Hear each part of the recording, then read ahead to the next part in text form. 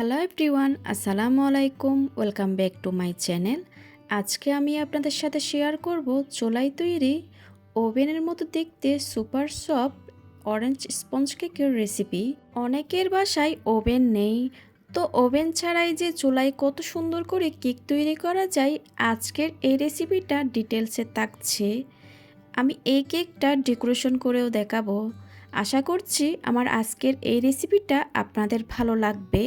ভালো লাগলে প্লিজ একটা লাইক দিবেন। চলুন তাহলে রেসিপিটি দেখে নেওয়া যাক। প্রথমে একটা শুকনা বাটিতে 2টা ডিমের সাদা অংশ নিয়ে নিয়েছি। হাফ চা চামচ পরিমাণ হোয়াইট ভিনেগার দিয়ে দিলাম। অল্প পরিমাণ চিনি দিয়ে এবার একটা ইলেকট্রিক বিটারের সাহায্যে মিডিয়াম স্পিডে খুব ভালোভাবে বিট করে নিচ্ছি। আপনারা চাইলে হোয়াইট ভিনেগারের পরিবর্তে লেবুর রস ব্যবহার করতে পারেন। এবার চিনিটা আমি ভালোভাবে বিট করে নিচ্ছি। যতক্ষণ পর্যন্ত চিনির দানাটা গলে না যায় ততক্ষণ পর্যন্ত বিট করতে থাকব। এখানে আমি চিনি নিয়েছি হাফ কাপ পরিমাণ। মিডিয়াম স্পিডে খুব ভালোভাবে বিট করে নিয়েছি, অর্থাৎ ডিমটাকে একটু ফ্লাফি করে নিচ্ছি। এই পর্যায়ে ধাপে ধাপে আমি চিনিটা অ্যাড করব। প্রথমে অল্প পরিমাণ চিনি দিয়ে খুব ভালোভাবে বিট করে নিব। প্রথমে যে চিনি দিয়েছি ওইটা ভালোভাবে গলে যাওয়ার পর আমি আবারও চিনি অ্যাড করব। এভাবে করে যদি চিনিটা অ্যাড করেন, চিনির দানাটা খুব ভালোভাবে গলে যায়। চিনির দানাটা টোটালি না গলা পর্যন্ত বিট করতে হবে। সেক্ষেত্রে আপনাদের মিনিমাম 7 থেকে 8 মিনিট মতো সময় লাগতে পারে। কারো কারো ক্ষেত্রে কিছুটা কম সময় বা কিছুটা সময় বেশি লাগতে পারে। বিট করা হয়ে গেছে, এবার বিটারে কাটা তুলে নিচ্ছি। এবার ডিমের কুসুমটা দিয়ে দিয়েছি। অরেঞ্জ ইমালশন দিব হাফ চা চামচ পরিমাণ। সামান্য পরিমাণ ফুড কালার দিয়ে দিচ্ছি। আপনারা চাইলে ফুড কালারটা স্কিপ করতে পারেন। দেখার সৌন্দর্যে আমি ফুড কালারটা ব্যবহার করছি। আবারও আমি বিট করে নিব 10 থেকে 15 সেকেন্ড পর্যন্ত। বিট করা হয়ে গেছে, এই পর্যায়ে আমি বিটারের কাটা তুলে নিব। এবার শুকনো উপকরণগুলো দিয়ে দিচ্ছি। একটা শুকনো চালনিতে হাফ কাপ পরিমাণ ময়দা দিয়ে দিলাম। 1 টেবিল চামচ পরিমাণ কর্নফ্লাওয়ার দিয়ে দিচ্ছি। হাফ চা চামচ পরিমাণ বেকিং পাউডার দিয়ে দিলাম। 1 চিমটি পরিমাণ লবণ দিয়ে দিচ্ছি। আমি এখানে কোনো বেকিং সোডা ব্যবহার করব না। এবার সব শুকনো উপকরণগুলো চেলে নিচ্ছি। অল্প পরিমাণ শুকনো উপকরণগুলো চেলে নিয়ে আমি একটা হ্যান্ড হুইক্সের সাহায্যে মিশাতে থাকছি।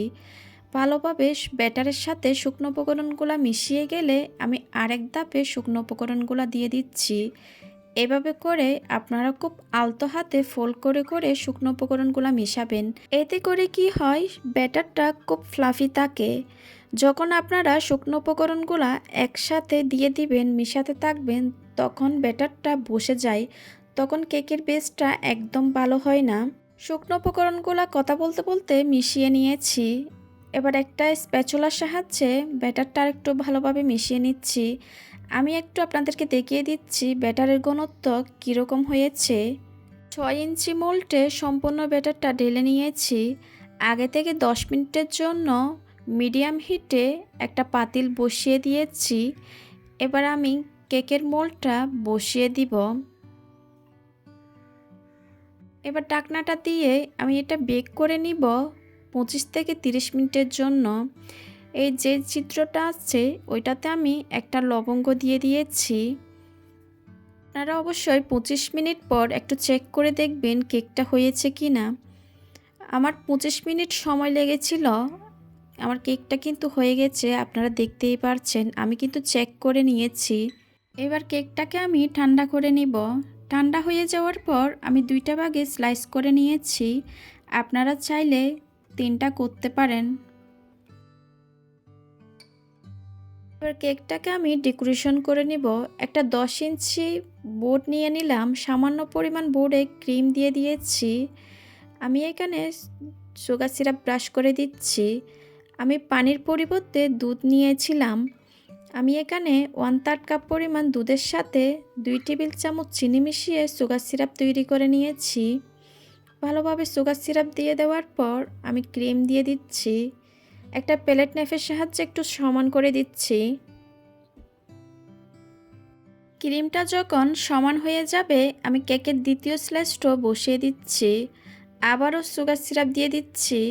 স্পঞ্জ কেকে কিন্তু অবশ্যই সুগার সিরাপ ব্যবহার করতে হবে, এতে করে কেকটা খেতে ড্রাই লাগবে না।